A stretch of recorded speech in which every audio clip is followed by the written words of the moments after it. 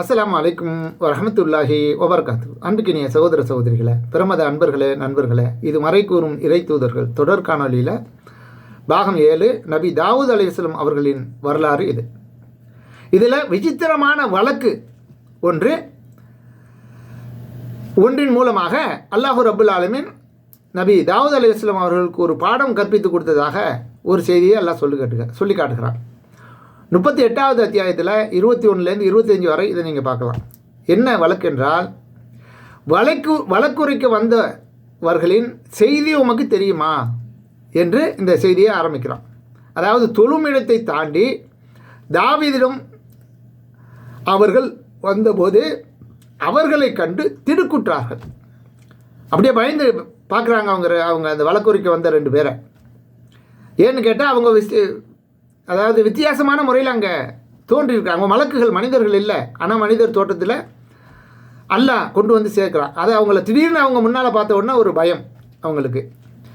உடனே அவர்கள், பயப்படாதீர்கள், நீங்கள் பயப்பட வேண்டாம், நாங்கள் ஒருவர் மீது மற்றவர் வரம்பு மீறிய 2 வழக்காளிகள், எங்களுக்கிடையே நீங்கள் நியாயமான தீர்ப்பு வழங்க வேண்டும், அதில் நீங்கள் தவறு இழுத்துவிடக்கூடாது, நேரான வழியில் எங்களை நடத்துவீராக என்று அவர்கள் கூறினார்கள்.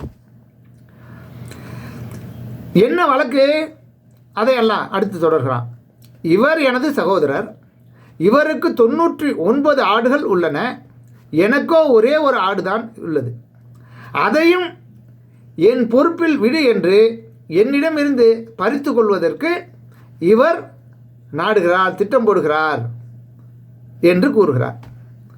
மேலும் அவர் ரொம்ப திறமைசாலியாக வாதிடக்கூடியவர்களாக இருக்கிறார், அதனால் அவருடைய அந்த வாதத்தில் என்னை மிகைத்து விட்டார் என்றும் 2 பேர் வந்தாங்கல்ல, அதில் ஒருத்தர் சொல்கிறார். உடனே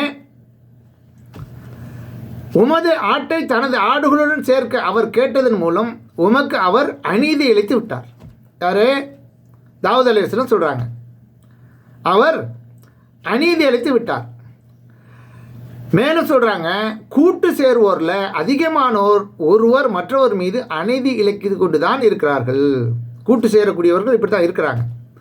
எனவே நம்பிக்கை கொண்டு நல்லறங்கள் செய்வோரை தவிர அவர்கள் மிகவும் குறைவுதான் என்றும் தாவூத் கூறினார். அவரை சோதித்தோம் என்பதை தாவூத் விளங்கி கொண்டார், தமது இறைவனிடம் மன்னிப்பு கேட்டார், பணிந்து விழுந்தார், திருந்தினார் என்று அல்லாஹு ரப்புல் ஆலமீன் இந்த வரலாற்றை நமக்கு சொல்லி காட்டுகிறான்.